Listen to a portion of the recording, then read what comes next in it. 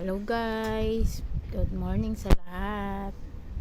Ayan, maaga na naman kaming gumising kahapon guys ng asawa ko at nagpunta na naman kami sa Pandawan guys, namili ng isda na naman at i-stock na naman sa aming rep para makamura na naman kami guys. Yan, sa Pandawan Fish Port, Rosario, Salinas. Yan guys, punta kayo dyan. Marami kayong makikitang bilihin na mga isda na mga mura lang yan dyan guys. Nagkalat sila, malawak yan dyan sa loob.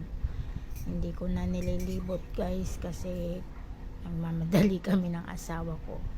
Kung saan lang kami pumunta, sabi nila namin, yun lang yun na ipapakita ko sa inyong video. Pero marami pong panindang isda dyan, marami kayong pagpipilian ng mga murang isda na pwedeng pang negosyo guys, kasi dyan namimili yung mga nagtitinda sa mga talipapa para meron silang pang negosyo na makakamura sila sa puhunan.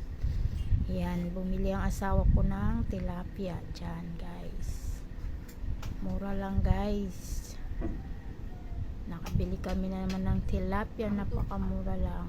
Ayan, bumili din kami dyan ng yung mahaba na isda na sa Samar ang tawag ay lamadang. Yan, binili ko dyan, lamadang. Yan, yung isang peraso niyan, binili ko yan. At masarap yung isda na yan guys pag tinutola, nilalagyan ng tanglad. Yan ang paborito kong isda sa Samar nung tumira ako doon. Yan ang lagi kong binibiling isda. Namiss ko na yan kumain, kaya bumibili ako dito pag may nakikita ako niyan dito. Yan guys, so ang daming paninda dyan. O yan, pauwi na kami niya ng asawa ko. Sinorkat ko na yung video ko guys. Yan, ang napamili namin ng asawa ko guys. Naayos na niya sa lagayan para hindi mahulog sa motor. Yan, naayos niya. Lagay niya sa dala naming eco bag. Yan, nakasakay na ako dyan. Hindi pa pala guys. Ang hirap mag voice over no guys.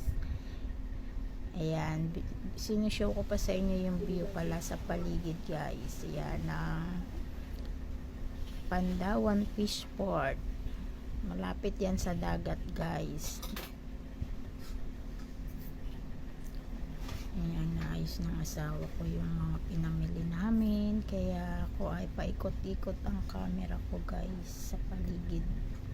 Ay nakasakay na ako, kinukunan ko pa paligid. Nahirap mag video nang nakasakay sa motor guys, kaya saglit lang yung pagkuha ko habang nakasakay ako sa motor guys. Ayan guys, pauwi na kami yan guys. Sinushow ko lang sa inyo. Ayan, shortcut na ulit, nandyan na kami sa bahay guys. Nakarating na kami ng bahay dyan. Ayan, pinakita ko lang sa inyo guys. Salamat po sa panonood. Thank you. Follow for more. Bye.